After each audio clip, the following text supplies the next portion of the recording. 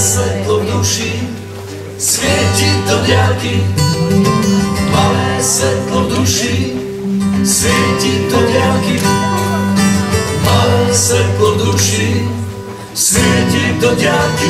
Svieti nás, svieti nás, svieti nás. Malé svetlo v duši svieti do diaľky. Malé svetlo v duši svieti do diaľky. Malé svetlo v duši svieti do diaľky. Svieti nás, svieti nás, svieti nás. Tie duše svietia účastnejšie, ťa svetlejšie, niekedy slabšie, niekedy silnejšie. Niektoré chápu a niektoré nevlikajú, niektoré hasnú a iné schodávajú nám to svetlo, že srdcia zabité, nech sú šťastím a hlavne láskou nabité, nech si vravia zas. Tak ľudia poďte, je čas. Malé svetlo v duši svieti do diaľky. Malé svetlo v duši svieti do diaľky. Malé svetlo v duši svieti do diaľky. Svieti nás, svieti nás, svieti nás. Ja spodím ktorý som tým majákom, svieti v noci a svieti nad ránom. Ukázať cestu, ktorej ty môžeš ísť, ukázať cestu, po ktorej ty môžeš poprísť. Poznaj radosť, poznaj sklamanie, až budeš počuť to veľké zvolanie, až budeš počuť ten Boží hlas. Tak ľudia poďte, je čas. Chcel pomocou nej bojovať za práva chudobných. Británia tých čas bola oveľa bezcitnejšia a krutejšia, než ju poznáme teraz. Veľká chudoba bola úplne bežný jav. Dickens chcel pomôcť chudobným a podarilo sa mu vytvoriť taký pôsobivý príbeh, že sa stal symbolom moderných Vianoc. Scrooge bol tvrdý a ostrý ako brúska, to teda. Vedel ľudí riadne vyžmýkať, vytračiť k múru, no aj ožobračiť. Bol to starý, bezcitný chamtivec. Na jeho starej tvári sa prihšil ostrý nos a oči červené a pery modrasté. Ani žobrák sa mu neopovážil prihovoriť. Aj psi svojich slepých pánov ich zaťahli preč, keď cítili, že sa blíži. Vianoce boli pre neho len čas, keď platil účty a zisťoval, že je o rok starší. Večer, keď sa vrátil z práce, zjavil sa duch jeho zosnulého spolupracovníka. Prišiel ho varovať pred osudom, aký ho čaká. Prídu za tebou traja duchovia Vianoc a bude len na tebe, ako sa k ním zachováš. V noci odbila 1 hodina a zjavil sa duch jeho minulých Vianoc. Duch ukázal Scroogeovi jeho minulé Vianoce plné zábavy, tanca a plných stolov. To šťastie, ktoré sa tam rozdávalo, bolo cennejšie ako celý majetok. Neskôr mu ukázal dávnejšie časy. A to rozhovor s jeho chudobnou snúbenicou. Skôr ako sa nezamiloval do peňazí. Scrooge bol utrápený a nechcel už na minulosť pozerať. Duch minulých Vianoc odišiel.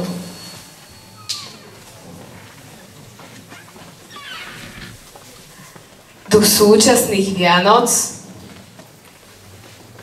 mu ukázal čaro Vianoc. A to vyzdobenú izbu s vianočným stromčekom a stolom plných dobrôt. Taktiež mu ukázal trhy plné surovín s ľuďmi a dobrou náladou. Scrooge strávil Vianoce u jeho syna, kde mali večeru a slávnostný príbytok. Druhý druhý duch mu teda ukázal práve Vianoce. A v Scroogeovi sa zlomila sebeckosť a túžil sa zmeniť. Duch súčasných Vianoc odišiel.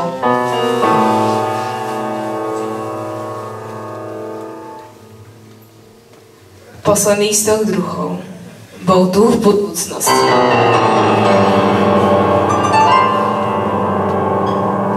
Duch bol v čiernom odeve a zahaľoval si tvár.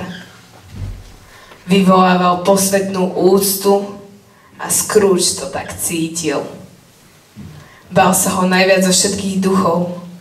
Tento duch mu ukázal najobávanejšiu predstavu. Smrť.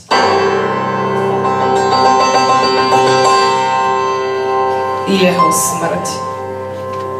To, ako zomrel, a nik pri ňom nebol. Hrob prázdny a pustý.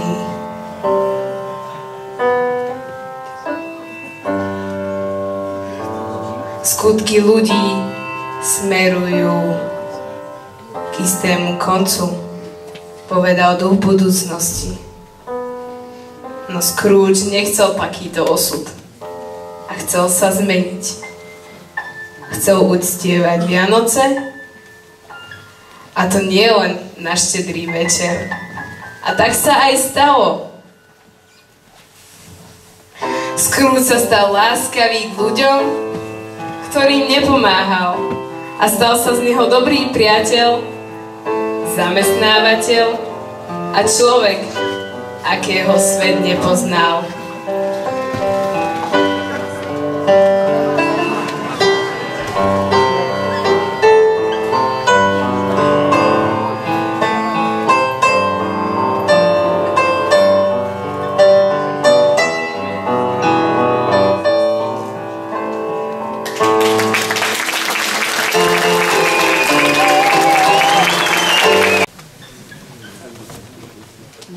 Je čas vám zapriať všetkým krásne, pomalé a láskyplné Vianoce. Prežite sviatky v kruhu rodiny s pocitom, že nikde neutekáme. Užite si minúty Vianoc do posledného dúšku a nezabudnite na úsmev. Je to darček, ktorý nestojí nič a predsa stojí veľa. Čas Vianoc. Čas, kedy nám akoby viac záležalo na druhých, na ich radosti, na ich úsmeve, na ich pohodlí a nie na tom našom. Možno práve v tom sú Vianoce stále tak výnimočné.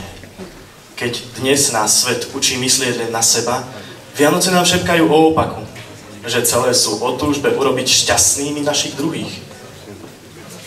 Vianoce. Túžba mať ich každý deň žije v každom z nás. Cítiť tú lásku, blízkosť, ten pocit, ktorý sa slovami, ba dokonca ani hmotnými darmi nahradiť nedá, a hoci to malé, drobné či väčšie vie potešiť. Čo teší teda skutočne najviac? Radosť v ľudských očiach, ktoré sa už tak dávno neradovali. Objatia, ktoré už pomaly nepoznáme. Čas pokoja, ktorý sme dávno necítili. Jemné a žiarivé svetielka, ktoré nás učia tešiť sa z maličkosti. A ešte jedno. Dieťa. Nahé, biedné, drobné. Ležiace na slame, dnes niekde na okraji našich dedín, miest, túžiace po nás, po našich srdciach. Je len na nás, či budeme ako tí pastieri či králi, alebo ostaneme v našich pohodlných sedačkách a Vianoce budú za nami. A my budeme opäť tam, kde sme boli. Čas na prijatie toho malého dieťatka do môjho, tvojho srdca chce veľa síl, veľa odvahy. No s ním už nič nebude všedné, lebo on sám nie je všedný. On je výnimočne čarovný v každý čas. A aký chceme byť my? Nebolo by fajn mať Vianoce častejšie? Tam hlboko v nás, tam sa spýtujme. Tam príjmeme to malé, nevinné dieťa, ktoré má moc prežiariť každú našu tmu. V utorok sa jej narodí on. Narodil sa preto, aby sa obetoval, aby zachránil, aby pomohol, aby bol majestát vlastného ega porazený láskou k iným. Pomôcť sa dá aj bez toho, aby sme boli ukrižovaní. Stačí zostúpiť z trónu vlastnej pohodlnosti a zahľadenosti do samého seba. Iného odkazu Vianoc niet. Ďakujeme za váš čas.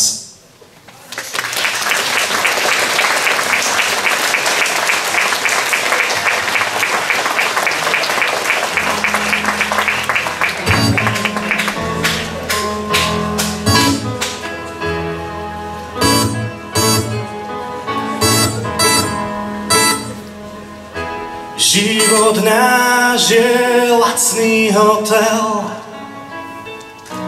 iba chvíľu bývaš v ňom, kým ťa vezmú Páni poče.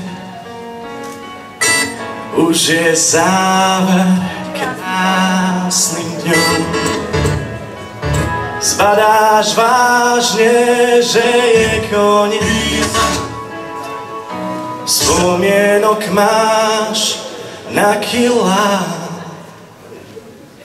len sa nebráňa, len im povedz. Láska nás vždy zabíja. Zopár dievčat bolo s nami, boli lásky na pár dní. Boli sme raz milovaní a tak budeme raz spasení.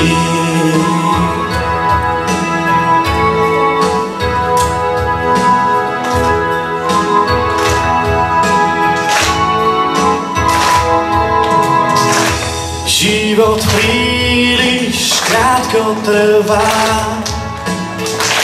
v tom smrť býva dôsledná. Bývala tu láska prvá, príde aj tá posledná. Boli krásky, boli dámy, kým posledná utiekla. Ten, kto bol raz milovaný, ten nepríde do pekla. Zopár dievčat bolo s nami, boli lásky na pár dní. Boli sme raz milovaní a tak budeme raz spasení. Zopár dievčat bolo s nami, boli lásky na pár dní. Boli sme raz milovaní a tak budeme raz spasení.